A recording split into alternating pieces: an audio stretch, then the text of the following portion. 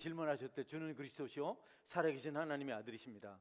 그렇게 대답하고도 베드로가 깜짝 놀랐습니다. 이런 대답을 내가 어떻게 할 수 있지? 그때 예수님께서 이것을 내게 할 것은 알게 한 것은 혈육이 아니요 하늘에 계신 내 아버지시니라. 베드로는 아마도 공감했을 것 같아요. 맞아요. 절대로 내 마음속에서는, 내 머릿속에서는 그런 답을 낼 수가 없어요. 하나님께서 하신 것이 맞습니다. 여러분, 베드로는 예수님께 가까이 있을 때 늘 힘을 얻었어요. 예수님을 바라볼 때 충만했습니다. 그러나 바다를 보고 사람을 볼 때는 절망하고 두려워하고 무서워하고 낙심하고 그리고 실패했습니다. 그래서 베드로는 예수님 가까이 있기를 꼭 원했습니다. 항상 그랬습니다. 더 가까이 주님께 나가길 원했습니다. 그래서 장담도 하고 신앙 고백도 했습니다. 의심의 여지가 없죠. 예수님 가까이 있을 때 너무 행복했기 때문에 그는 그렇게 애를 썼습니다. 그러나 여러분, 그럼에도 불구하고 베드로는 예수님과 멀어지는 일들이 생겼습니다. 예수님과 멀어졌을 때 베드로는 약했고 예수님과 함께 있을 때는 항상 힘을 얻었습니다. 베드로만 그럴까요? 우리도 마찬가지입니다. 베드로가 겟세마네 동산에서 있을 때 군사들이 찾아왔습니다. 예수님 잡으려고. 신학자들은 500명이 되는 군대가 왔다. 예수님 잡으려고 500명이 그냥 산을 삥 둘러서 갔습니다. 예루살렘에 있는 그 겟세마네 동산, 그 감람산이 그렇게 크질 않아요. 500명이면 그냥 군대가 빼곡하게 서 있는 겁니다. 그런데 이상하게도 그 중무장을 한 로마 군병, 말만 들어도 떨리는 군병이 500명 이렇게 몰려왔는데 베드로가 칼을 뽑습니다. 왜냐하면 예수님과 함께 있었기 때문에. 그래서 제사장의 하인을 치죠. 말고라는 이름을 가지고 제사장 하인이 기가 잘려져 나갔어요. 기를 자르려고 휘두른 건 아니고 명검수는 아닙니다. 에스칼리버는 아니죠. 그런데 휘두르다가 머리 치려고 했는데 아마 피한 것 같아요. 그래서 기를 잘랐습니다. 대단한 사건이죠. 베드로는 생각했어요. 나하고 예수님을 누구도 갈라놓을 수 없다. 나는 절대로 그렇게 안 될 거다. 떨어지고 싶지 않았고, 그래서 자신은 나름대로 주님과 함께 하시는 길을 선택했습니다. 그것이 칼을 뽑는 일이었습니다. 주먹을 휘두르는 것이었습니다. 근데 주님께서는 안 된다. 검을 내 칼집에 꼽아라. 검으로 흥하는 자는 검으로 망한다. 그래서 검을 다시 꼽고 주님을 따라갑니다. 여러분, 대단한 용기였죠? 그런데 제사장의 가야바의 집에 끌려가서 그 집 바깥들에서 예수님과 자기의 거리가 30몇 미터 정도밖에 안 떨어졌습니다. 아주 가깝죠. 100피트. 30미터면 여기서 저 뒤입니다. 그 정도 거리에 떨어졌는데 베드로가 그 정도 떨어졌는데 몸도 멀어지고 마음도 멀어졌어요. 실패자가 됩니다. 예수님과 큰 거리를 띄우고 있지 않았었는데 금방 순식간에 예수님을 모른다고 부인합니다. 모른다고. 거의 30m인데. 여러분, 뭘 말하려고 하는 거죠? 예수님이 30m 정도 거리에 떨어져 있을 때 베드로가 예수님을 모른다고 부인했어요. 이제 예수님은 하늘나라로 가십니다. 끝이 보이지 않는 곳으로, 절대로 우리의 방법으로는 갈 수 없는 곳으로 가셨어요. 차원이 다릅니다. 4차원 혹은 5차원 세계로 가셨어요. 우리는 3차원에 살고 있는데 이제 베드로는 끝났다. 예수님이 있을 큰 소리 빵빵 치고 뭐 해보겠다고 난리를 쳤는데 이제 예수님 없으니까 끝이야. 여러분, 이제는 베드로는 이제 겁쟁이가 됐고 곧 땅에 묻혀야 될 거다. 손이 발이 되도록 빌 것이다. 사람들은 그렇게 생각했습니다. 쓸모없는 자가 될 것이다. 그런데 뜻밖에도 예수님이 떠나가신 지 얼마 안 돼서 베드로가 용기를 얻습니다. 힘을 얻었어요. 깜짝 놀라게 만듭니다. 사람들. 사도행전 2장 14절 한번 볼까요? 우리 같이 읽어볼까요? 안 했나? 자, 읽으면 시작. 베드로가 11 사도와 함께 서서 소리를 높여 이르되 유대인들과 예루살렘에 사는 모든 사람들아, 이 일을 너희로 알게 하는 것이니 내 말에 귀를 기울이라. 베드로는 전혀 겁쟁이가 아닙니다. 성령 충만해서 그냥 막 설교를 했는데 담대하게 막 외쳤습니다. 학문이 없어요. 그냥 막 말을 했는데 이상하게 그 말이 사람들을 감동시켰어요. 그리고 자기들이 각각 다른 나라에서 왔거든요. 로마인, 바데인, 메소포타미아인, 헬라인, 어쨌든 전국에서 다 몰려왔는데 똑같이 들었어요. 목사님이 지금 무슨 말로 하고 있죠? 한국말로 하고 있어요. 여러분 알아듣습니까?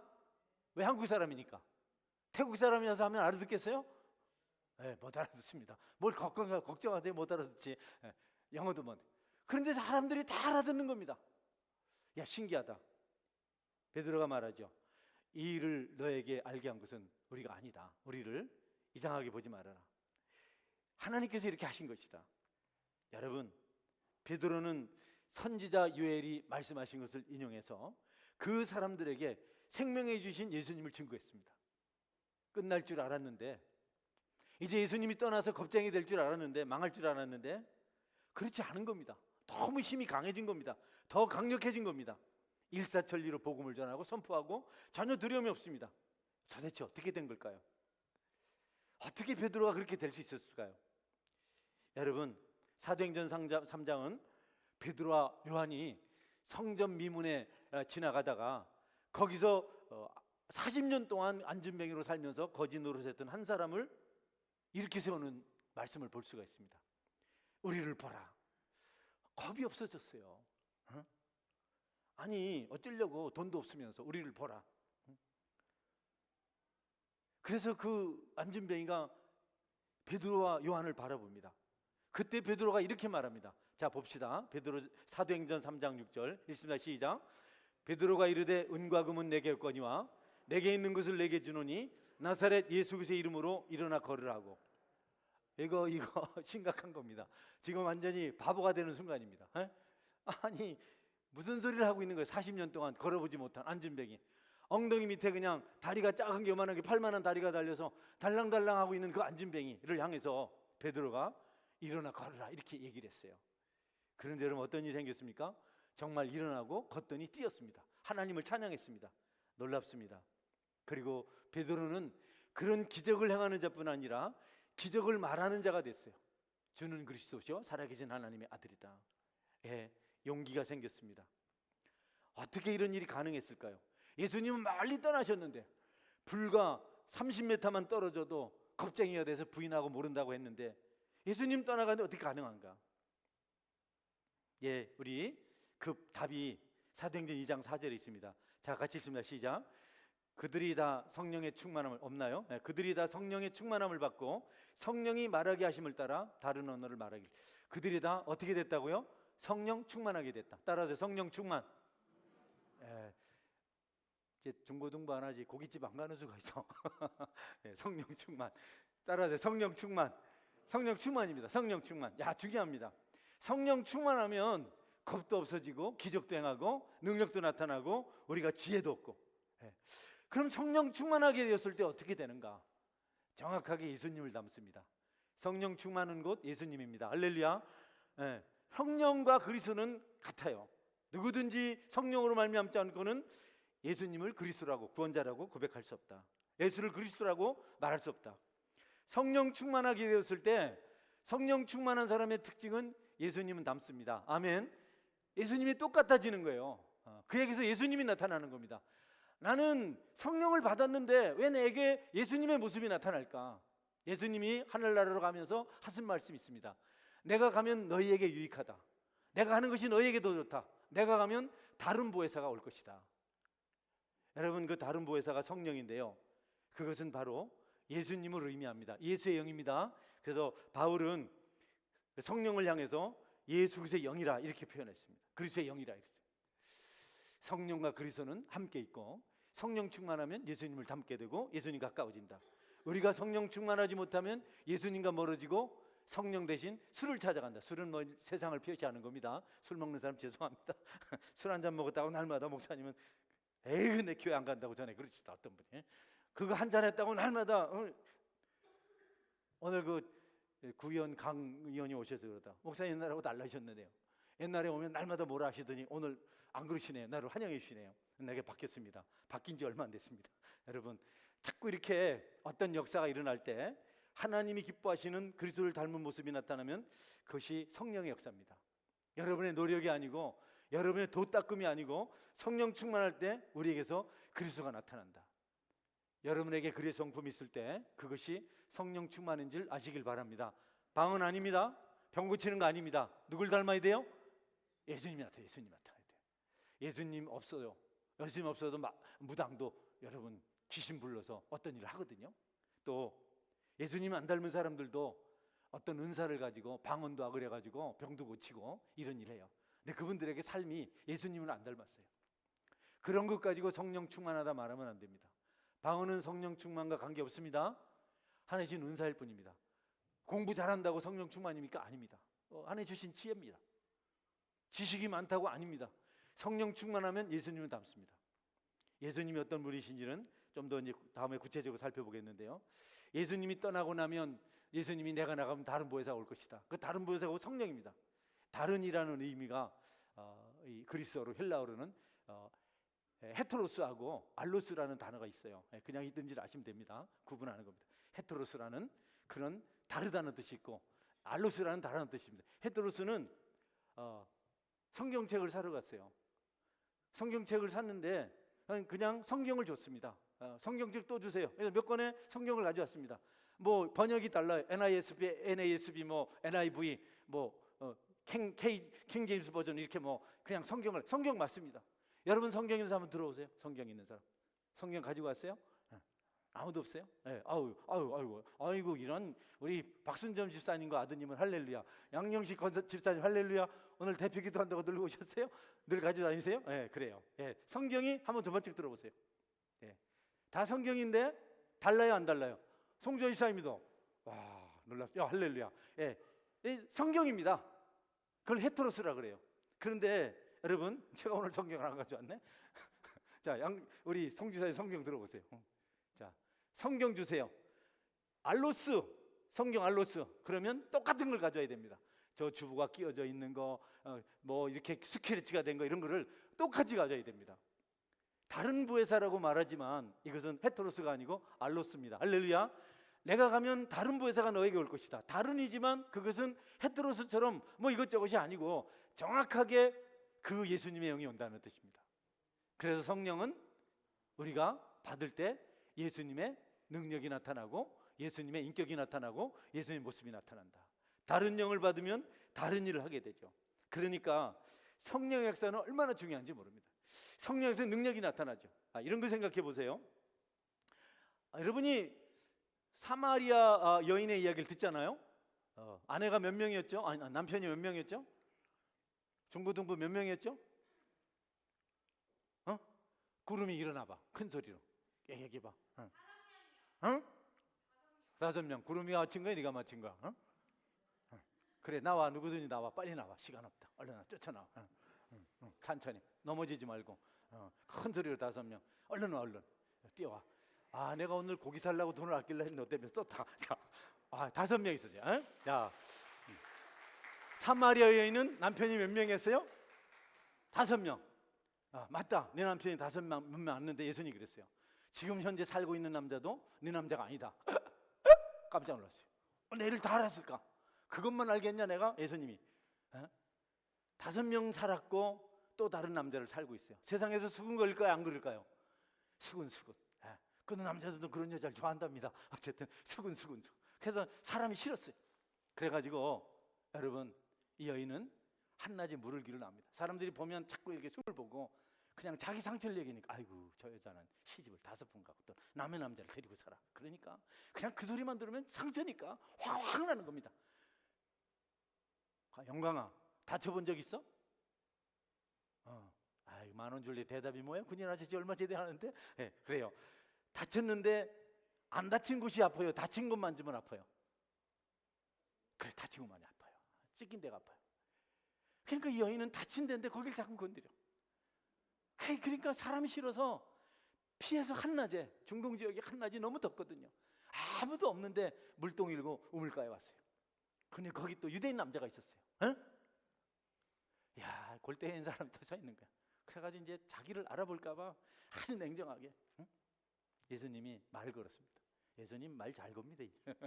여인이여 목마르다 물 한 잔만 다고 그랬더니 여러분 사마리아에 뭐라 그랬어요? 왜 나한테 달라 그래요? 당신 유대인인 잘난 유대인이 왜 나한테 달라? 아예 원천 봉쇄입니다. 대화를 딱 끊어버린 거야. 그래도 네가 떠먹어 이렇게 안 한 게 다행이다. 그렇죠? 그래서 주님께서 그런데 그 여인에게 얘기하니까 그 여인이 예수님의 말씀을 듣고 믿었습니다. 아멘. 성령입니다. 할렐루야. 똑같은 사람들이 그녀에 대해서 얘기했지만 예수님이 얘기했을 때는 다 알았어요. 넌 남편 5 있었잖아. 지금 사는 남자도 내 남자 아니잖아. 예수님이 말할 때는 듣고 예수님 믿었어요. 그런데 여러분, 그 사마리아 사람들이 말할 때는 화가 났어요. 분노가 생겼어요. 나도 이해하지 못하고 내 형편도 모르면서 저희들이 뭘 안다고. 여러분, 다 할 말은 있는 거 아니겠어요? 그런데 예수님께서 말씀하시니까 이 여인이 듣고 믿었어요. 성령의 역사입니다. 할렐루야. 그래서 영입니다. 예수님은 우리에게 떠났지만 그분이 우리와 함께 하실 때 우리도 그와 같은 기적을 일으킬 수 있다. 할렐루야. 마지막 말씀입니다. 그 성령의 능력이 대단한 게 성령 충만 받아야 됩니다. 우리는 성령 충만에 대해서 잘 몰라요. 술 취함과 성령 충만이 너무 비슷한데, 그래서 성령 충만 하라, 술 취하지 말라. 술 취해도 몽롱하고 알아듣지 못하는 말을 하고, 그래서 오순절날 새술에 쟀다 했거든요. 그런데 여러분, 성령 충만하면 어떤 역사가 일어나는가, 어떻게 되는가? 에베소 5장 19절에서 20절입니다. 같이 읽어봅시다. 다시 시작. 시와 찬송과 신령한 노래들로 서로 화답하며 너희의 마음으로 주께 노래하며 찬송하며 범사에 우리 주 예수 그리스도의 이름으로 항상 아버지께 감사하며. 신령한 노래. 노래는 노래인데 신령한 노래입니다. 오늘 우리 찬양 했잖아요. 마지막 부분에 뭐 불렀어요? 의의 주리가 아니죠. 상한 마음을 그 사람, 그 사람. 그 전에 뭐 불렀죠? 그 전에 뭐 불렀어요? 요한오 지사님 뭐 불렀어요? 끝번에 두 번째. 그래요. 어쨌든 그런 게 신령한 찬양입니다. 할렐루야. 그러니까 찬송이라고 다 찬송이 아닙니다. 여러분이 찬양 리더들이 앞에서 싱어들이 이렇게 찬양할 때 듣는 사람의 마음에 그리스도의 영이 역사해야 됩니다. 할렐루야. 그게 신령한 찬양입니다. 여러분, 노래방에 가서도 예수님 믿는 사람들이 노래 부르거든요. 내게 강 같은 평화 하거든요. 그거는 사실 신령한 찬양이 아니죠. 우리가 성령 충만하면 신령한 노래로 서로 화답하게 된다. 앞에서 찬양팀들이 콰이어들과 함께 찬양할 때 거기 우리가 아멘하고 박수치고 두 손 들게 되면 신령한 노래로 화합하는 겁니다. 할렐루야. 그래서 기도 많이 하세요. 기도 많이 해가지고, 노래가 아닙니다. 노래가 아니고 찬양입니다. 신령한 노래. 그것이 성령의 역사다. 그리스도의 영이다. 또 뭐가 있습니까? 주께 노래한다. 우리 찬양은 주님께 하는 겁니다. 아멘. 세상 노래는 청중들에서 합니다. 그래서 옷도 벗고 뭐 춤도 추고 그냥 어쨌든 청중들을 좋게 하려고 별의별 일을 다 하죠. 그건 누굽니까? 그거 따그닥 따그닥 하는 그 친구. 누구? 어쨌든 최미 권사님은 요새 좀 할렐루야네. 감사합니다. 그렇게 자꾸 그런 거 하는 거는 신령한 노래가 아닙니다. 그런데 회중들에게 반응을 얻어요, 못 얻어요? 얻어요. 막 그냥 난립니다. 왜 그런지 잘 모르겠어요. 마귀가 역사하죠. 여러분, 이게 우리가 하나님께서 어떤 일하시는 일을 우리가 하느냐 안 하느냐의 문제지 가시적인 어떤 문제가 아닙니다. 우리는 자꾸 눈에 보이는 것을 가지고 이단들 많이 모여요, 적게 모여요? 엄청나게 모입니다. 엄청나게 모입니다. 뭐 기가 막힙니다. 기가 막혀. 10만이 군대처럼 움직입니다. 일사적입니다. 성령의 역사입니까? 아니에요. 그리스도를 나타내지 않거든요. 교주를 나타내거든요. 우리가 이 성령의 역사를 우리가 누리게 될 때, 그리스도가 함께하는 것이 나타날 때, 여러분 신령한 노래를 부르게 되고 서로 화답하게 되고, 그리고 여러분께서 하나님의 영광을 만천하에 알릴 수 있게 된다. 그러니까 성령 충만에 대한 오해가 없기를 바랍니다. 할렐루야. 뭐 멋있다, 뭐가 잘 된다, 막 그냥 뭐 경상도 말로 뒤비졌다, 이런 문제가 아닙니다. 뒤비져서 또 뒤집으시면 또 어떻게 되겠어요? 그 설교 2번 들으면 제자리 오잖아요. 그런 게 아니고 예수님은 닮는 것이다. 예수님 닮는 것이다. 그게 성령 충만이다. 예수님은 성품이 온유하고, 예수님은 사랑이 많으시고, 예수님은 여러분 우리 안에서 우리가 인격적으로 주님과 교제할 수 있도록 만들어 주시는 분이세요. 그 일이 성령의 역사로 오늘날 우리에게 나타난다. 그리스도의 영, 알로스, 주님과 똑같은 영이 이 땅에 온 것입니다. 여러분께서 항상 성령 충만을 여러분이 추구하고 여러분의 삶의 스타일, 라이프 스타일이 예수님과 똑같이 되는 은혜가 있기를 주의 이름으로 축원합니다. 그게 성령 충만입니다.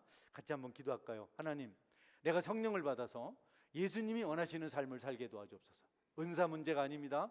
여러분, 어떤 무슨 분위기 문제가 아닙니다. 열광이 아닙니다. 열광하고 박수치고 막 사람들의 얼굴이 화끈화끈 달아오르고 기분이 좋고 이런 문제가 아니에요. 그런 게 아닙니다. 그래서 나가서 뭐 합니까, 여러분? 그것까지 또 다른 곳에 가서 또 그런 분위기를 만들고, 그런데 마음 뺏기지 마세요. 여러분, 영적으로 주님 만나서 성령의 사람으로 주님의 인격으로 살아가시기를 주의 이름으로 축원합니다. 소리치고 뭐 그냥 방언 떠들고 막 그래놓고는 온 엉뚱한 일을 할 수 얼마든지 있습니다. 그런 게 없어도, 화려함이 없어도, 화려하지 않아도, 그런 거 없어도 여러분이 인격이 주님 닮으면 그것이 성령 충만한 것이다.